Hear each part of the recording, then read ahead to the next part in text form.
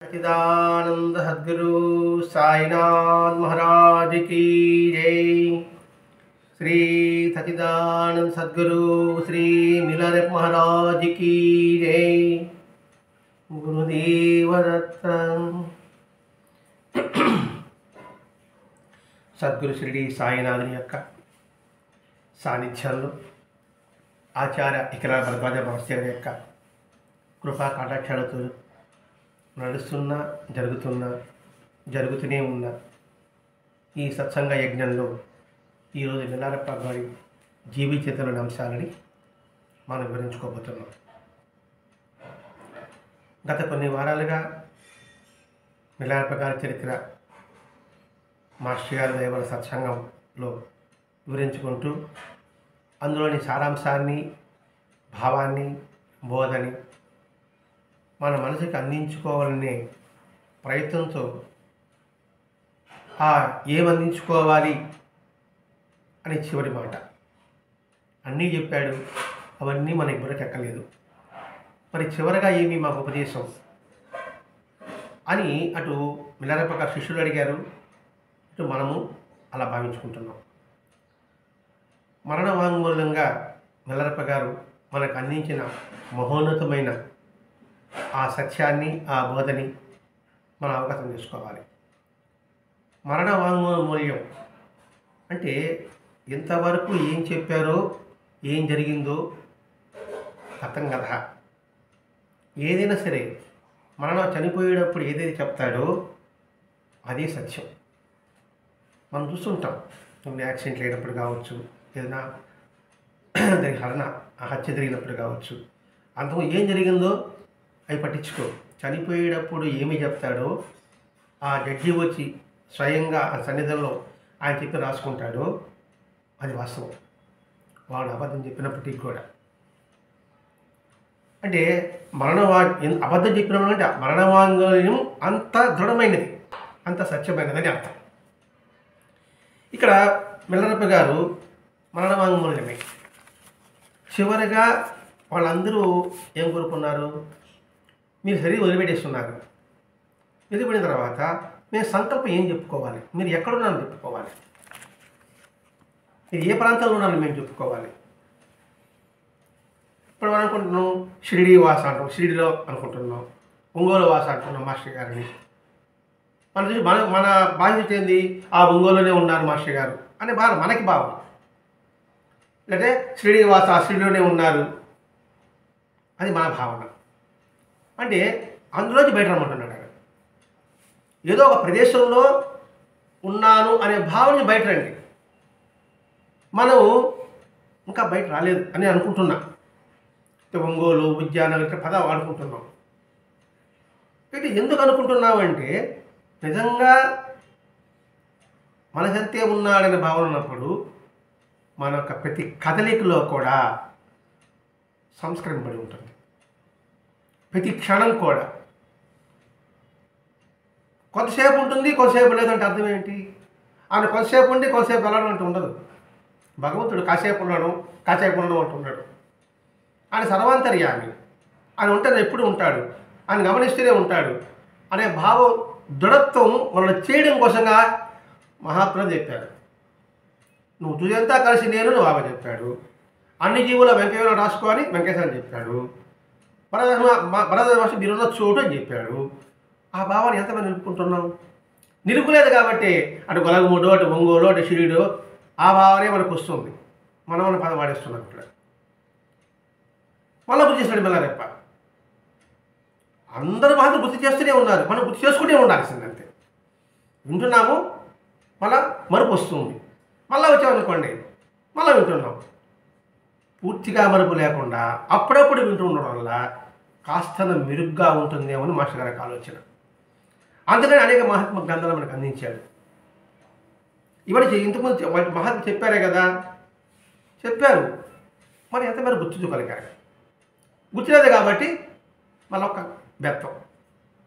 ఆ బెత్తం చూసినప్పుడు మనకు గుర్తొచ్చినట్టుగా అనేక మంది మహాత్ముల చరిత్రను వాళ్ళు చెప్పిన వాళ్ళు చెప్పుకుంటే అప్పుడప్పుడు మర్చిపోయినప్పటికీ కూడా తిరిగి ఈ లోకంలోకి వస్తాం. ఈ లోకం అంటే ప్రజెంట్లోకి వస్తాం.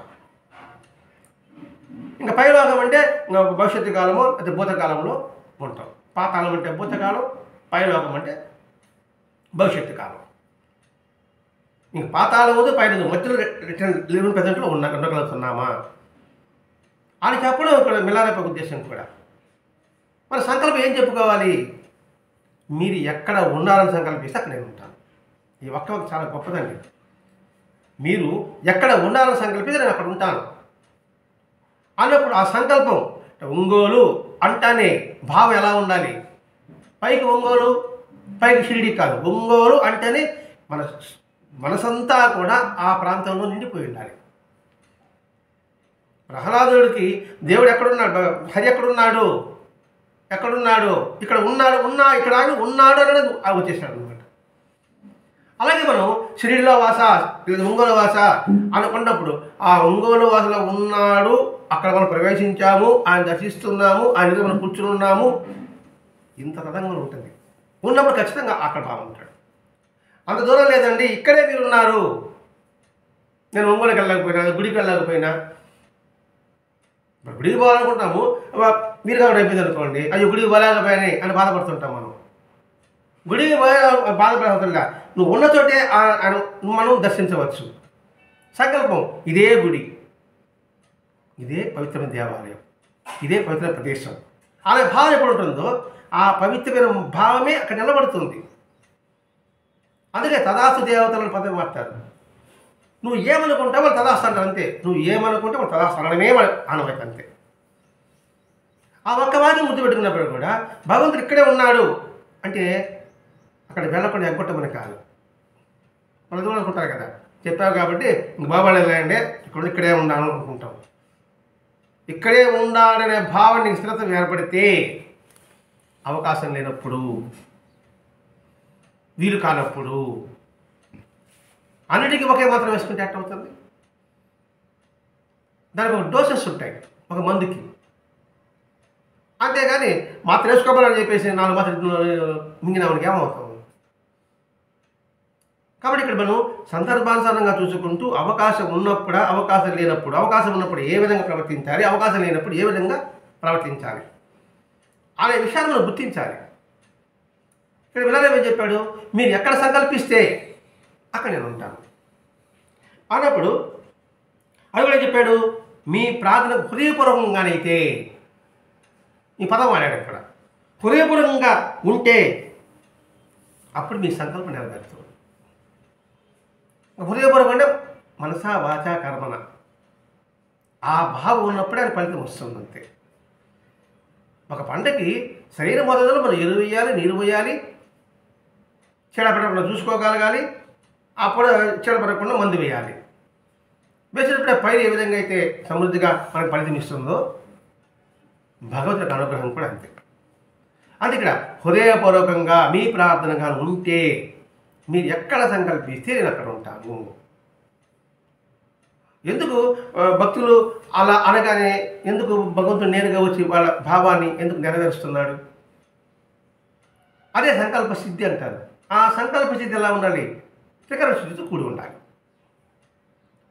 సంకల్ప సిద్ధి కలగాలంటే సంకల్పం శుద్ధిగా ఉండాలి. శుద్ధి అంటే పవిత్రత, స్వచ్ఛత, నిర్మలత్వం. ఎప్పుడైతే స్వచ్ఛత ఉంటుందో అప్పుడు దానికి సిద్ధి కలుగుతుంది అంతే. అది చివరిగా మిలారప్ప గారు చెప్పాడు. చెప్పిన తర్వాత నా దగ్గర ఉన్న వస్తువులు, ఆ దగ్గర వస్తువులు ఎవరెవరికి ఎవరు చెప్తున్నాడు. అదేంటి? తనకంటూ ఏమి తీసుకోపోకుండా సర్వము అందరికీ పంచి ఇవ్వడమే మహాపిలక లక్షణము. తనకంటూ వస్తువు తీసుకోబడ్డది ఏముండదు. ఇప్పుడు ఏ మహాత్ములను చూడండి, వాళ్ళ శరీరం వెళ్ళేటప్పటికి వాళ్ళ చుట్టూ అసలు ఏ వస్తువు కూడా ఉండదు. సర్వము భగవతార్పితం చేయాలని భావనే వాళ్ళకు ఉంటుంది. అది చేశాడు, నా దగ్గర ఉన్న వస్తువులన్నీ కూడా నేను పలానా పనిచేసేవారు. అది ఎవరికి ఎవరు చెప్తున్నాడు. బాహ్యంగా వస్తువులు చూడడం కదా, ఆ వస్తువులను అంతరార్థం గమనించాలి. అదేంటి ఈ చూడడానికి పెద్ద పెద్ద వస్తువు కాదు కదా, దానికి పెద్ద ప్రాధాన్యత. మన దృష్టిలో ప్రాధాన్యత ఏంటి వస్తువులు అంటే భౌతికమైన విలువలతో కూడినది. ఇది పామరులకు చూసే వస్తువులంటే కూడా భౌతికంగా అది విలువైంది ఉంటేనే అది కావాలని తీసుకుంటున్నాం. కానీ మహాత్ముల విషయం అలా కాదు. ఇక్కడ ఏం చెప్పాడు? నా దగ్గర ఉన్న వస్తువులు 2 రేచుంకి ఇవ్వమని చెప్పాడు. మొట్టమొదటి ఏం చెప్పాడు? నా దగ్గర వెదురు దంతం అంటే వెదురు కర్ర, నూలుగుడ్డ. వెదురు దంతము, ఈ నూలుగుడ్డ రేచుంకి ఇవ్వమన్నాడు. అంటే ఇంకా రేచుంకి అంటే ప్రథమ శిష్యులను భావించాలి. ఎందుకంటే కుష్టి వ్యాధి పడుతున్నాడు రేచింగు. అటువంటిది అతనికి స్వప్నగా కనబడి ఎక్కడికి వెళ్ళమని చెప్పడం, ఆ వెళ్ళినప్పటికీ ఇతని గురించి కళ్ళకని చెప్పడం, పరస్పరం కలుసుకోవడం. అంటే రేచుంగ పట్ల ఎందుకు అంతటా ప్రేమాభిమానాలు అంటే వారి యొక్క నడవడి, వారి యొక్క భావాలు అన్నీ కూడా ఉన్నతమైనదిగా ఉంటుంది. ఎంత ఉన్నతమైనదిగా ఉంటుందో అంత ఉన్నతమైన స్థితిగానే వాళ్ళని అనుగ్రహిస్తారు. ఇక్కడ చెప్పాడు వెదురు దంతం. ఇక్కడ వెదురు దంతము అంటే మనం ఏమనుకుంటాం? ఆ వెదురు చేసిన ఒక కర్ర. మరి వెదురు దంతం ఎందుకు ఇచ్చాడు? ఇంకో దంతం ఎందుకు లేదు? ఆ వెదురు దంతంలోని అంతరార్థం ఏమిటి? వాళ్ళ దగ్గర ప్రతి ఒక్క వస్తువు కూడా భావం ఒకటి ఉంటుంది. వెదురు అంటే ఏముంది? మామూలుగా లోపల గుజ్జంతి సముకు ఖాళీగా ఉంటుంది. దంతం అంటే మనం పన్ను అనుకుంటున్నాం. పన్ను కావచ్చు, కర్ర కూడా కావచ్చు. అంటే ఏంటి? సరే పన్నే చూసుకుందాం. వెదురు దంతము పన్ను స్వచ్ఛతగా ఉంటే, పళ్ళు తలతలాడుతూ ఉంటే ఆరోగ్యంగా ఉంటాం. పళ్ళు పుచ్చుకోకుండా ఉంటే ఆహారం సరిగా తినగలుగుతాం. మరి పళ్ళు పుచ్చుకోకుండా పళ్ళు తలతలాడాలన్నా స్వచ్ఛత ఉండాలని అవసరం ఉందా లేదా? ఆ బొగ్గులు మొత్తం గుజ్జు తీసేస్తావు, పళ్ళ పాచం తీసేస్తే తలతలా కలపడతాడు. కాబట్టి ఆ భావత నిన్న పాచి అంటే నిన్న మరణాన్ని తీసివేసుకో, ఆయన నిరంతరం గుర్తుపెట్టుకోమని ఆ దంతం ఇచ్చాడు కాబోలు. ఇక్కడ మనం చెప్పుకోవాల్సింది ఎందుకంటే హాస్యం కాదండి. ఏదైనా మన భావం భగవత్ వైపు మళ్ళీ విధిగా ఉండాలి. మనం ఏ ఉదాహరణ చెప్పుకున్నప్పటికీ కూడా కనీసం లౌకికంగా ఉదాహరణ చెప్పుకున్నాం అనుకోండి, ఎప్పుడు గుర్తుంటుంది. అందుకు పళ్ళు పాచి పెట్టి చెప్పుకోవడం. మరి ఇక్కడ ఆ తోలుకున్నప్పుడు విధులంతా ఈ పళ్ళు విధులంతా అంటే ఇట్లా పెట్టుకోనరా, ఆ పిల్లలకు చెప్పారా అనే భావం ఆ క్షణమైనా కలుగుతుందని ఒక చిన్న ఆశ. రెండోది నూలుగుడ్డ అన్నాడు. నూలుగుడ్డ అంటే ఏంటి? నూలు దేంతో తయారు చేస్తారు? పత్తి తయారు చేస్తారు. పత్తి అంటే ఏమిటి? సహజంగా వస్తుంది. ఇప్పుడు తెల్లిని టెరికాట్ అంటే కృత్రిమంగా కలుపుతారు. కానీ నూలు కూడా కలిపిదే ఉంది, కల్తీ లేదు. అంటే సహజంగా వచ్చే పత్తి, సహజంగా ఉండే నూలు, ఆ సహజమైన భావాలతో కలిగిన గుడ్డ. ఈ గుడ్డకి ఏర్పడాలంటే 2 పోగులు కలిస్తే గుడ్డ వస్తుంది. అడ్డ పోగు నిలువు పోగు రావాలి కదండి. ఆ 2 లేకపోతే పడుగు పేడ అంటారు మామూలుగా నేసేవాళ్ళు. అంటే ఆ 2 మగదాలు కలిస్తే క్లాత్గా గుడ్డగా తయారవుతుంది.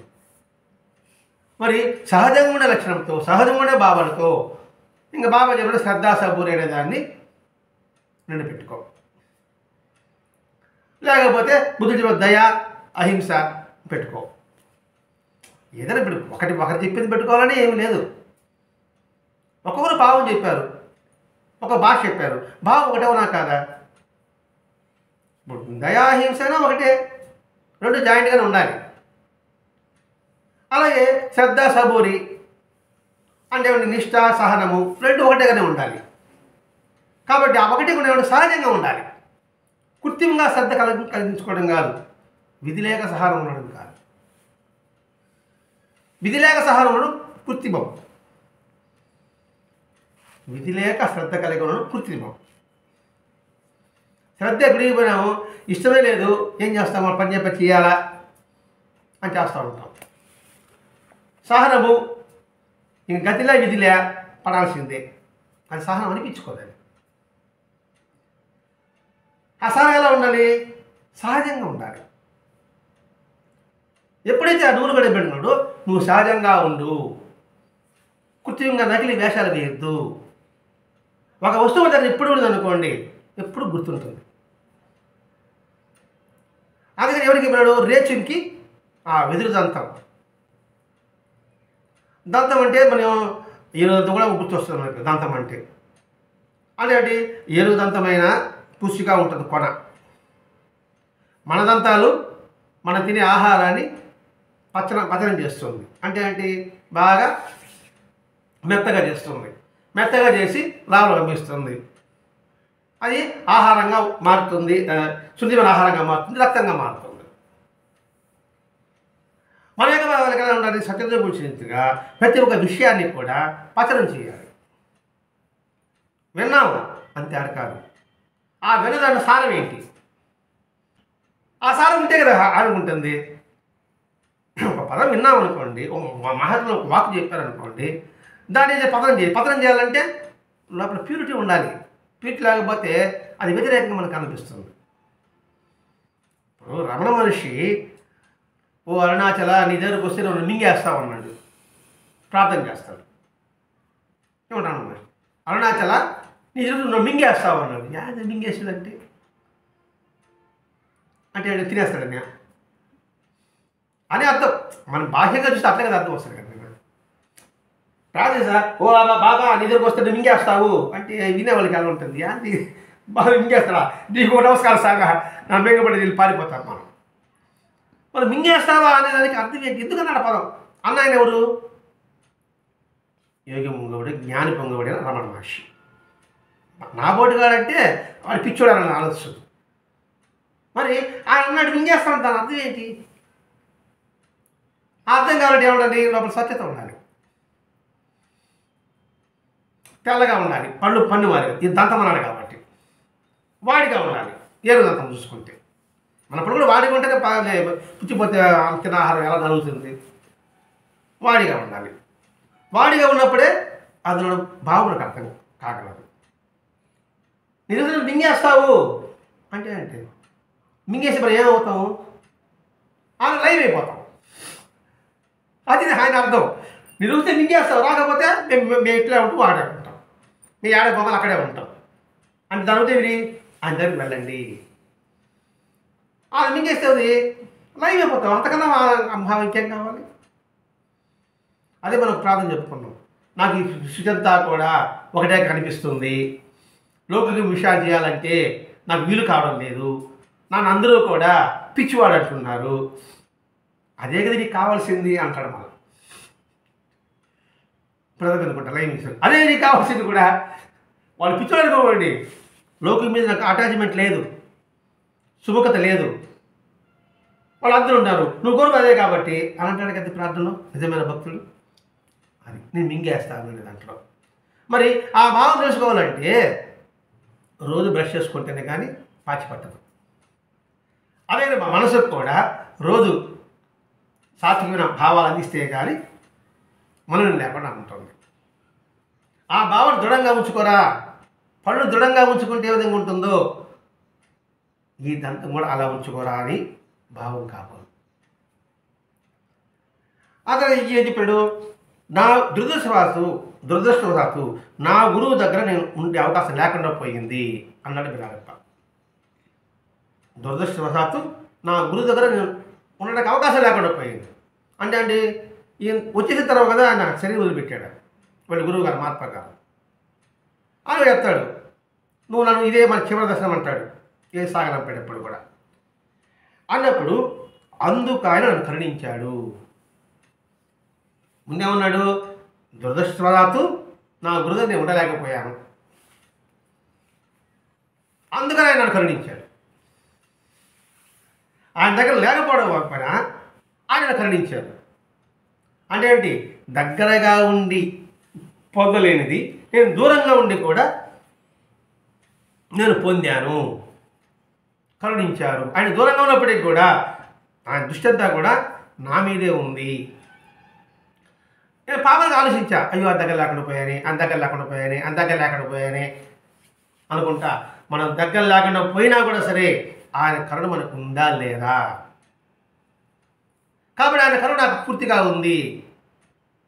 దగ్గరుంటే కన్నా కూడా దూరంగా ఉండడం వల్ల మనం ఎక్కువ ఫలితాలను పొందగలిగాము. ఆ దృష్టి నా మీద ఉంది కదా, నేను దగ్గరుంటేవి దూరంగా ఉంటేవి. నేను పామరగా ఆలోచించిన, అయ్యో దగ్గర లేకపోయామే, వాళ్ళందరూ ఉన్నారే, వాళ్ళందరూ ఏం పొందారు, నువ్వు లేకుండా ఏం పొందలేకపోయావు. ఆలోచించారు ఇక్కడ. అది చెప్పాడు, అందుకని నన్ను ఆయన కరుణించాడు. ఇంట్లో వాడి పిల్లల కన్నా దూరంగా ఉండే పిల్లవాళ్ళ మనకు దృష్టి ఉంటుందా ఉండదా? ఒక మాట చెప్పాలంటే ఇది. కాబట్టి ఆయనకు దగ్గర లేకపోయినవి, నేను శ్రీలంక 10 సార్లు పోతున్నారే, నేను 4 సార్లు పోయానే, ఒకసారి పోగలిగానే, పోతా డ్రాప్ అయిపోయానే అనే భావం అనవసరం, హృదయ శుద్ధి ఉంటే.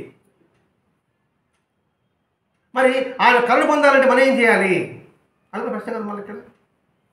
దూరం కొంటే చాలు కాబట్టి మనం దూరంగా ఉంటాం, గుడికి కూడా పోకుండా. ఆయన వస్తాడు కదా సంగతి. గుడికి కూడా పోకుండా, సొంతగానే పోకుండా దూరంగానే ఉంటామండి అనుకుంటే అది అలా ఖండిస్తాడు. నువ్వు దూరంగా ఉన్నా ఆయన చెప్పింది చేయగలిగితే. అందుకే భరతదాస మహర్షి ఒక మాట అంటాడు, దగ్గర ఉండి చేయని వారి కన్నా దూరంగా ఉండేవాడు చేసేవాడు నా దృష్టి అన్నాడు. ఈ వాక్యాలను గుర్తు చేస్తున్నాడండి ఇక్కడ మిల్లారెప్ప. దురదృష్టవశాత్తు నేను కానీ దూరంగా ఉన్నా, కానీ ఆయన అందుకు నాకు ఆయన కరుణ కురిపించాడు.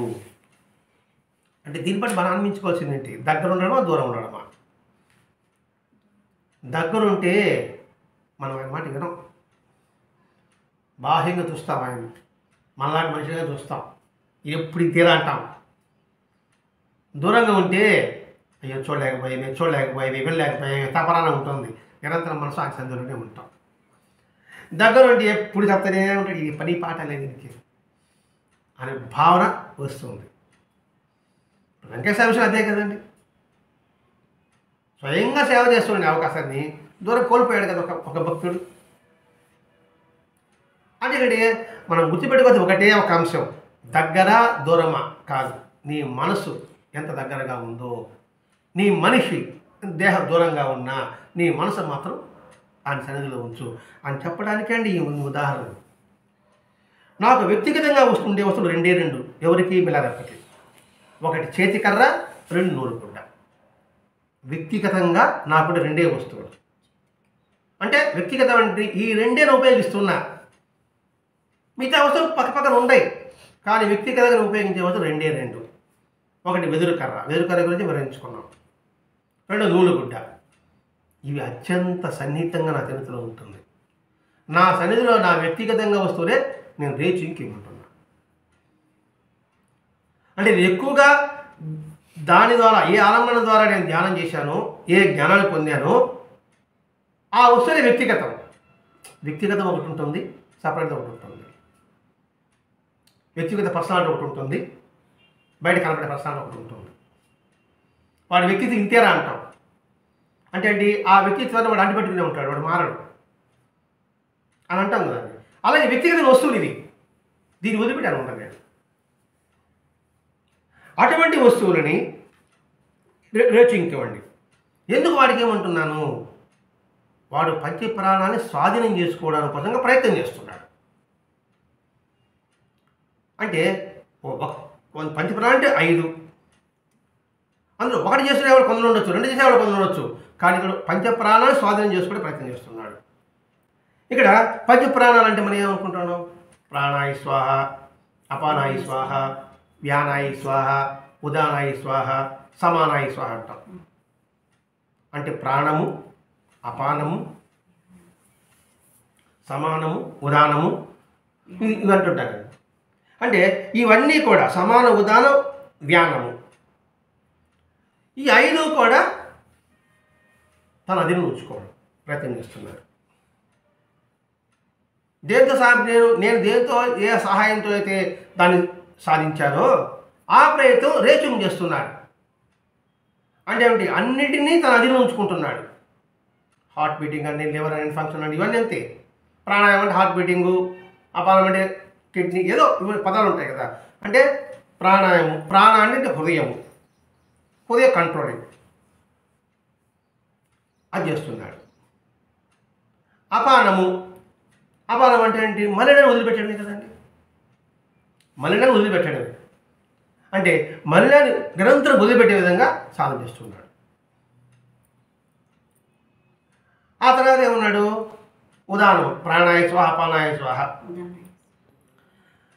ప్రాణాయ స్వాహ సమానాయ స్వాహ. ఇక్కడ సమానం అంటే మొత్తం శరీరం భాగాలంతా కూడా ఇప్పుడు ప్రాణం అంటే వాయువు అండి, గాలే కదా. ప్రాణం అంటే గాలి, బ్రీతింగ్ కదా ప్రాణం అన్నా కూడా. ఈ సమానంగా మొత్తం ఈ శరీరం అంతా వ్యాప్తి చేస్తున్నాడు. అంటే ఎక్కడ ఒక దగ్గర కాకుండా అన్నిటి సమానత్వం చేస్తున్నాడు. ఉదాహరణ అంటే బొడ్డు కాడి నుంచి వస్తుంది. ఉదాహరణ అంటే గొంతు. సరే, అంటే ఈ గొంతు ఈ మాట శరీరం మాటగా ఉండడం, శరీర రీతిలో మాట్లాడడం, అది చేసుకుంటూ వచ్చేసి ఇంకా వ్యానం అంటే మొత్తం అంతా వ్యాపించడం. అంటే వీటన్నిటినీ కూడా తన అధీనంలో ఉంచుకుంటున్నాడు. దానికోసం అతను ప్రయత్నం చేస్తున్నాడు. అటు ప్రాణాన్ని, ఇటు అపానాన్ని, ఇటు సమానము, ఉదానము, వ్యానము, ఈ అన్నిటికీ కూడా ఈయన సమానంగా చేస్తున్నాడు. కాబట్టి అతడికి ఎంతో ఉపయోగపడుతుంది. అతడు చేసే సాధనలో ఎట్టి ఆపద రాకుండా ఈ రెండు కవచంలాగా కాపాడుతుంది. ఏది? ఒకటి దంతము, రెండవది నూలుకుంట. అంటే మనసు జారకుండా ఈ రెండూ కూడా అతనికి సాధనకి ఎంతో ఎంతో ఉపయోగపడుతుంది. రక్షణ కవచంలాగా ఉంటుంది. అంటే ఈ రెండు కాపాడుతుంది. ఏంటి?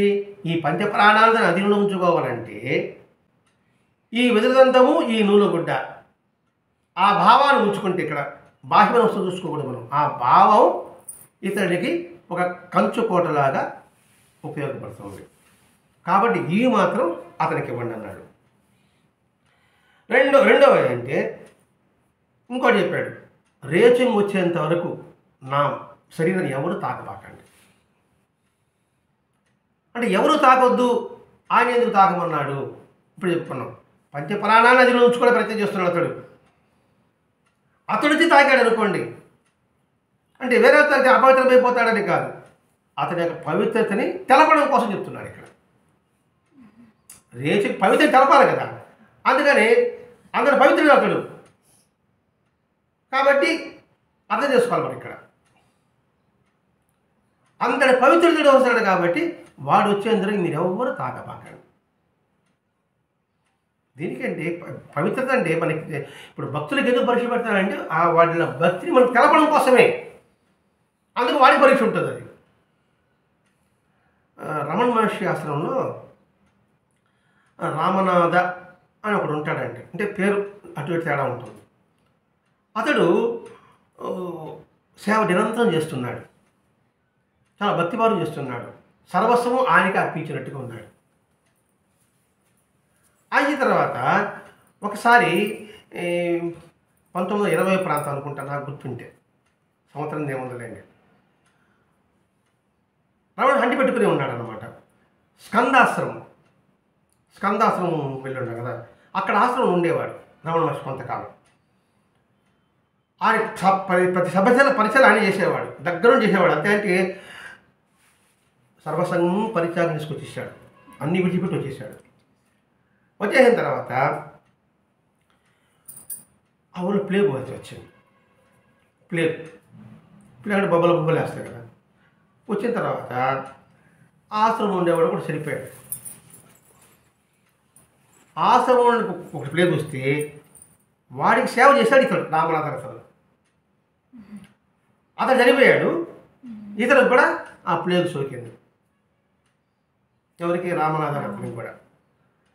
సరే, మామూలు రమణ మహర్షి గారు గిరి ప్రదక్షిణ చేస్తారు కదా, స్కందాసనం నుంచి గిరి ప్రదక్షిణ చేస్తారు. ఆయనతో పాటు కొందరు శిష్యులు ఉంటారు కదా, వాళ్ళు కూడా తిరిగారు.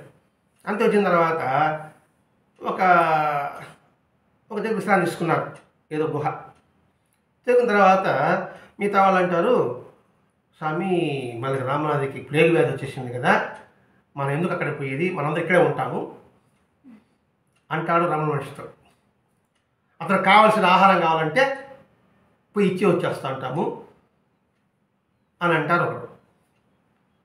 అప్పుడు ఈయనంటాడు, రమణ మహర్షి గారు, అతడు అన్నీ వదిలిపెట్టి వచ్చాడు, అతని గురించి మనం పట్టించుకోకపోతే ఎట్లా అని మనమే ఉంటాము. నేను ఆరోగ్యం ఉంటే ఎక్కడ ఎదురు సేవ చేస్తాను అంటాను కదా నా బుద్ధిగాడ. నేను ఆరోగ్యం ఉంటే నేను సేవ చేయగలుగుతాను, ఆరోగ్యం నాకు వ్యాధి తెచ్చుకోమంటావేమే అని అనుకుంటాను కదండి. అప్పుడు రమణ అంటాడు, వాడు వదిలిపెట్టిన నాకు ఇష్టం లేదు, మీరు కాబట్టి ఇక్కడ ఉండండి, నేను అతనికి సేవ చేస్తాను. మీరు ఆరాధిస్తాను కదా, వాడు చేస్తాడు కదా, అప్పుడే పద్ధతి నాకు ఆహారం మీరు పడి మీరు వెళ్ళిపోండి. అది అతని యొక్క భక్తితత్వాన్ని వాళ్ళు తెలపాలి. అందుకే సరైన సద్గురు అంటే ఏం చేస్తాం, జ్ఞానాన్ని బోధించడమే కాదండి, జ్ఞానాన్ని బోధించడం ఒక కర్తవ్యం కాదు. అన్ని వేళలా వాడి కష్ట సుఖాల్లో పాలు పంచుకునేవాడు కూడా సద్గురువు. ఇంకా అతని కష్ట సమయంలో చెయ్యి పట్టుకుని నడిపించేవాడు సద్గురువు. అది సద్గురు యొక్క లక్షణం. అది మహాత్ములకు తెలుస్తుంది. అంటే నిజమైన మహాత్ముల విషయంలో అటువంటి ఉంటుంది. ఇప్పుడే మహాత్ములు ఈ పని ఏమైనా చేయగలరా, నేను మహాత్ముని, నేను దేవుడు అని చెప్పుకునేవాళ్ళు. అంటే ఎందుకు ఏమని చూస్తున్నానంటే, రేజుకి ఎందుకు అంత ప్రాధాన్యత ఇచ్చాడు? మరి రేజుకి ప్రాధాన్యత ఇచ్చాడంటే, మరి వాళ్ళ గురువు గారు చెప్పిన మాటని తూచా తప్పకుండా పాటించగలిగినప్పుడు, ఆయన చుట్టుకరగా జీవించినప్పుడు, ఎంత దూరంగా ఉన్నప్పుడు సరే మనల్ని ఆయన వెనంటి కాపాడతాడు. కష్ట సమయంలో చెయ్యి వదలడండి భగవంతుడు. అంతేగాని జ్ఞానాన్ని బోధించేవాడే గురువు కాదు, జ్ఞానాన్ని బోధించేవాడు అందరూ బోధిస్తారు. అతనికి ఆపస్సమయంలో చేయి పట్టుకుని నడిపించేవాడేవాడు, వాడే సద్గురు. అందుకని ఆ విషయం చెప్తున్నాడు ఇక్కడ. అతనికి ఆపద రాకుండా కవతలాగా పనిచేస్తుంది అని చెప్పాడు. సరే కానీ తాకొద్దని చెప్పాడు. అటువంటి వాడు వచ్చి నాకు దహన సంస్కారం చేయాలి. ఎందుకని ఆలోచిస్తాం కదండి, ఓహో ఇంతటి క్వాలిటీ వాడు ఉంది కాబట్టి రేచుని కోరుకుంటున్నాడు అనే సంగతి. ఆ తర్వాత ఉపతో పప వాళ్ళ పేర్లు అలా ఉంటాయండి. అతనికి ఏం చెప్పాడంటే, మైత్రి అనే గురువు గారి తలపాగ ఒకటి, అతను వాడుకున్న దండం ఇవ్వండి అన్నాడు. రేచుకు మాత్రం తన వ్యక్తిగత వస్తువులు, మిగతా వారికి మాత్రం తన గురువు గారు ఇచ్చిన వస్తువులు. అంటే ఇది గొప్ప తక్కువ అని ఆలోచన కాదండి ఇక్కడ. మనం ఇక్కడ అంటే దాని భావాన్ని గుర్తించడానికి ప్రయత్నం చేస్తున్నాం. మైత్రి అనే గురువుగారి తలపాగా ఒక దండం. దండం అంటే ఋషులు పెట్టుకుంటారు చూడండి, పక్కన చేయర్థం పెట్టుకుంటారు కదా, ఆ దండం. ఆ రెండు అది ఇవ్వన్నాడు.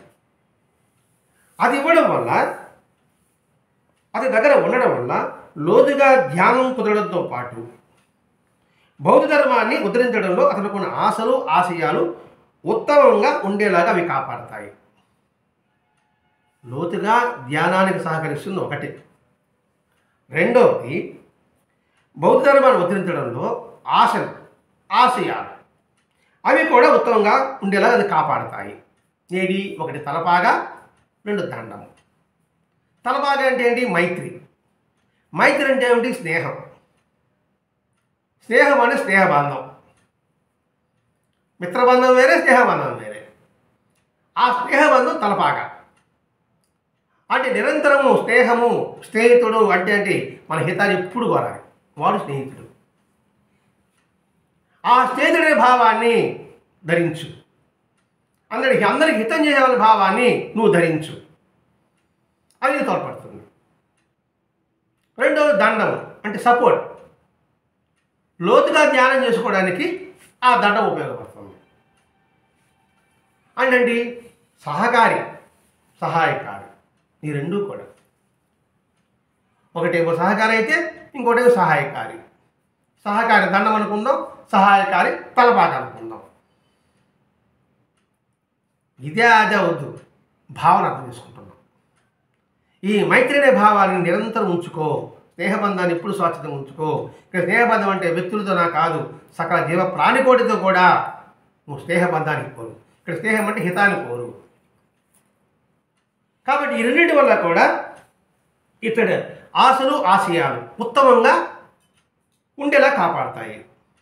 ఆశ ఆశయము. ఆశ నేను రక్షింపబడునుగాక, నేను రక్షింపబడాలి. ఆశయము నేను ఇతరులని రక్షింపజేయును గాక. ఇది నా ఆశయం. బాగా గమనించాలండి, చిన్న మాటే. నా ఆశయం ఉంది, నేను రక్షింపడాలి, నేను బాగుపడాలి, నేను జ్ఞానం పొందాలి. నా ఆశయం ఏంది? నా ద్వారా అంతా రక్షింపజేయగలగాలి. ఇందులో గర్వం అంటే ఉండదండి. అంటే రక్షింపజేయగలవాడవా అంటే ఒకటి గర్వమేమో అనుకుందాం. దానివల్ల సత్ఫలితమా దుష్ఫలితమా? నేను అందరినీ కాపాడుతున్నానంటే ఈ గర్వం, ఇది గర్వం, పైకి గర్వమే అనిపిస్తున్నా కూడా ఈ గర్వం సాత్వికంగా ఉందా, అహంకారంతో కూడింది ఉందా? అది ఆశ, ఆశయాలు. వేటి ద్వారా? మైత్రి ద్వారా, దండం ద్వారా. ఒకటేమో లోతుగా ధ్యానం చేసుకోవడం ద్వారా. రెండవది బౌద్ధ ధర్మాన్ని వదిలించడంలో. బౌద్ధ ధర్మం అంటే ఏమిటి? బుద్ధం శరణం గచ్చామి, ధర్మం శరణం గచ్చామి, సంఘం శరణం గచ్చామి. వీటిని ఉద్ధరించడంలో అన్న ఆశయం. వాటి ద్వారా నేను ఉద్ధరింపబడాలి, తద్వారా ఉద్ధరింప చేయగలగాలి. అంటే నా వరకే పరిమితం కాకూడదు. నేను నేర్చుకునే విద్య 10 మందికి ఉపయోగపడగలగాలి. అందుకు దోహదపడుతుంది ఈ మైత్రి, ఈ దండం అనేది. ఇంకొకటికి చెక్కతో చూసిన భిక్షాపాత్రి ఇమ్మన్నాడు. అతడి పేరేమంటే షీబా ఉద్. షీబా ఉద్ అతడి పేరు. అతనికి చెక్కతో పోసిన భిక్షాపాత్ర అన్నాడు. భిక్షాపాత్ర అంటే మనకు తెలుసు, మామూలు పాత్ర అనుకుంటాం. మరి చెక్కతో కూడిన భిక్షాపాత్ర. ఇక్కడ భిక్షాపాత్ర అంటే ఏదో కపడం కోసం, అన్నం కోసం భిక్షాపాత్ర అని మన దృష్టి. కానీ ఆధ్యాత్మిక తత్వం లోతుగా మనం పరిశీలించుకోవాలి. ఇక్కడ చెక్కతో చేసినది. చెక్క ఎందులో నుంచి వస్తుంది? చెట్టులో నుంచి వస్తుంది. చెట్టు యొక్క విధానం ఏమిటి? తను కష్టపడుతుంది, ఇతరుగా ఆనందాన్ని ఇస్తుంది, సుఖాన్ని ఇస్తుంది, సంతోషాన్ని ఇస్తుంది. తన ఎండకి బాగా వాడిపోతూ ఉంటుంది. ఆ ఎండంతా ఆకులతో ఉండి మనకు నీడనిస్తుంది. అలాగే ప్రాణవాయుని ఇస్తుంది, ఆహారాన్ని ఇస్తుంది. అనేది ఈ చెక్క అనేది సర్వవిధాలా కూడా అందులో ఏ విహభాగం కలిగి ఉంటుంది? హితమే ఉంటుంది. పరుల హితమే ఉంటుంది, తన హితమే ఉండదు ఆ చెట్టులో కూడా. అటువంటి దాన్ని చేసిన భిక్షాపాత్ర అంటే పరిహితంగా చేసిన భిక్షాపాత్ర. భిక్షాపాత్ర అంటే పాత్ర. భిక్ష దేని కోసం? అన్నం కోసం. ఈ పరిహితం కోసం కాదు, జ్ఞానాన్ని నిరంతరం పొందుతూ ఉండు.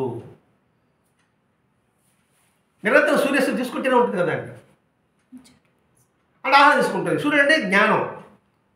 కాబట్టి ఆ చగలుకునే భిక్షాపాత్ర అంటే ఈ భావంతో నిరంతరము జ్ఞానాన్ని పొందడం కోసంగా దాంతో తయారు చేసిన, ఆ భావాలు తయారు చేసిన, హితంతో కూడిన భావాలతో కూడిన భిక్షాపాత్రని నువ్వు ఉంచుకో అని భావం కాబోలు. ఇంకొకటికి నా దగ్గర ఉన్న పుర్రె టోపీ అనే వస్తువుని, అందులో పుర్ర టోపీ ఉందంట, పుర్రె టోపీని గాస్ అనేవాడికి ఇవ్వండి. పేరు గాస్ అని పేరు. పుర్రె టోపీ అంటే ఈ పుర్రె నిరంతరము మనసుని గుర్తు చేస్తుంది. ఏమని? శాశ్వతంగా శరీరం అని. కాబట్టి ఆ పుర్రెని టోపీని ధరించు. అంటే ఈ దేహం శాశ్వతం కాదనైనా అశాశ్వతము. కాబట్టి అశాశ్వత దానికోసంగా నువ్వు దీనికి అలంకరించుకోబాక, లేదా లోకవాసన ఉండబాక, లేదా దీంతో శాస్త్రవాసన ఉండబాక, దేహవాసన ఉండబాక. కాబట్టి చివరికి ఇదే అని నేను గుర్తుపెట్టుకోవడం కోసం ఉండొచ్చాము. శివుడు మెడలో ఎందుకు పుర్రెల మాలలు కూడా వేసుకుంటారు చూస్తారు కదండి. అలాగే కాళికగా పుర్రెల మాలలు కూడా వేసుకుంటారు సంగతి. అలాంటి ఇది ఏది శాశ్వతం కాదని గుర్తుపెట్టుకోవడం భావం కాబోలు. ఆ టోపీని ధరించడము అంటే చనిపోయిన వాడిని సద్గతి కలిగిస్తానని శివుడు ఏ విధంగా పురులు తగిలిస్తుంటాడో, నువ్వు కూడా అజ్ఞానాన్ని ఉద్ధరించమని భావం, ధరించమని భావం కాబోలు. ఇవన్నీ మన భావాలేనండి. ఇది చాగలు కోటేశ్వర భావాలు అయితే అది వేరే విధంగా ఉంటాయి, శాస్త్రపరంగా ఉంటాయి. మనకు అర్థమైనది చెప్పుకోవడానికి మనం ప్రయత్నం చేస్తున్నాం. కాబట్టి అటువంటి పుర్రె టోపీని ఆ గాస్కి ఇవ్వండి. ఎందుకంటే వాడి సంస్కారాన్ని తగ్గట్టుగా ఇస్తున్నాడు వస్తువులు. ఇక్కడ అందరికీ ఒకే వస్తువులు ఇవ్వలే. వాడి సంస్కారానికి ఈ పుర్రె టోపీ, ఇంకో సంస్కారానికి ఏమో నూలుగుడ్డ, వెదుదంతము, ఇంకొకటికేమో తలపాగా, దండము. ఇంకొకటి ఏం ఇస్తున్నాడంటే చెకుముకు రాయిలు ఒక ఉక్కు ముక్క ఇస్తున్నాడు. వాడి పేరు సేబవ్ రేప. సేబవ్ రేప, చెకుముకు రాళ్ళు, ఒక ఉక్కు ముక్క. చెకుముకు రాళ్ళు ఏమొస్తుంది? నిప్పు వస్తుంది, జ్ఞానం వస్తుంది. ఉక్కు ముక్క అంటే స్ట్రాంగ్, దృఢమైనది. అదేంటి? నీలో జ్ఞానం రావాలంటే శ్రద్ధ, సౌర్యాన్ని బతుకుంటే అదైతే మనకు బాగా అర్థమవుతుంది. కాబట్టి ఆ రెండు బాగా రాపిడి జరిగితే, రెండు కలిసిపోతే నీలో జ్ఞానం వస్తుంది అని ఒక భావం అనవచ్చు. ఇక్కడ ఉక్కు ముక్క అంటే ఇనుము కన్నా కూడా ఉక్కు దృఢంగా ఉంటుంది. కాబట్టి ఆ జ్ఞానాన్ని నువ్వు దృఢంగా ఉంచుకో అని భావం కాబోలు. కల్పితం అనుకుంటున్నాం, కానీ ఈ కల్పితంలో కూడా ఏదో ఒక భావాన్ని ఈ మట్టి బుర్రకు అందించుకోవాలని ప్రయత్నం అంతే. అంతే తర్వాత ఎముకతో చేసిన చెంచా ఒకటి ఉంది, ఒక గరిటె ఉంది. ఆ గరిటెని బ్రిగ్రూమ్ అని శిష్యుడికి ఏమన్నాడు? ఎముకతో చేసిన గరిటె. గరిటె అనే దానికి వడ్డించడానికి ఉపయోగపడుతుంది, అంతేగా, సహాయకారంగా ఉంటుంది. అలాగే దెబ్బలోనే ఉందనుకోండి, మొత్తం పోసుకొని ఒలిగిపోతుంది. కాబట్టి ఆ గరిటె లాగా నీ జీవితం ఇతరులకు అందించడంలో సహాయపడు. ఎముకతోనే కదా దరీజ మహర్షి వజ్రాయుధం తయారు చేశాడు. వజ్రాయుధం ఏం చేస్తుంది? అందరినీ, అంటే అవినీతిని అందామా, అధర్మాన్ని అందామా, దాన్ని చీల్చి చెండాడుస్తుంది. ఆ వజ్రాయుధం అనేది అది ఎముకతో తయారు చేయబడింది. ఈ చెంచా కూడా వజ్రాయుధంతో తయారు చేయబడినట్టుగా నువ్వు భావించవచ్చు. కాబట్టి ఈ చెంచా, ఈ గరిటిని ఆ ఎముక ద్వారా తయారైంది అని భావం ఉండొచ్చు. రెండవది, మిగతా శిష్యులకంతా కూడా పనిచేశాడు. మిగతా శిష్యుల సంగతి ఏమిటంటే ఒక నూలు పంచి ఉంటే దాన్ని ముక్కలు ముక్కలు చేసి అందరికి తలాపటి ఉన్నాడు. మిగతా వాళ్ళకంతా కూడా చిన్న చిన్న ముక్కలు చేసేవమన్నాడు. ఎందుకు ఆ ముక్కలు చేసేవాడు? ఇప్పుడు అన్నీ వింటున్నాం కదండి. లౌకికంగా చూస్తే ముక్కలు బాగుండకుండా ముక్కలు చేయడం ఎందుకు? ఈ పురి టోపీ ఏంది, ఎముక గరిటె ఏంది, ఇవన్నీ మనకు అనిపిస్తుంది. కానీ అవి ఎందుకు పనికిరానివి, విలువలేనిగా మనకు అనిపిస్తుంది. చించేసినప్పుడు ఏమి ఉపయోగపడతాయండి? పెద్ద గుడ్డకి ఉపయోగపడుతూ ఉంటుంది. కాబట్టి అది పనికిరాని, దానికి విలువ లేనిపిస్తుంది. కానీ వాటితో నా ఆశీస్సులు ఎప్పుడు ఉంటాయి అన్నాడు. ఎవరు వినరు.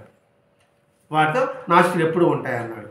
సరే, ఈయన ఎప్పుడో చెప్పాడు అనుకుందాం అనుకోండి. గొలగోడి వెంకటేశ్వర ఆయన దగ్గర ఒకటి ఇచ్చాడు.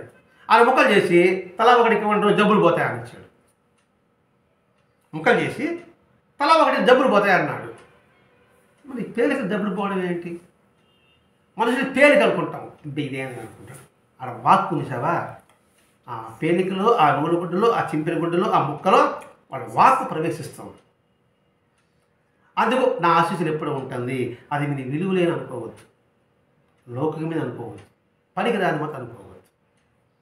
అంటే మహాత్ముల స్పర్శతో ఇచ్చిన ప్రతి ఒక్క వస్తువులో కూడా వారి యొక్క దివ్యమైన శక్తి దాగి ఉంటుంది.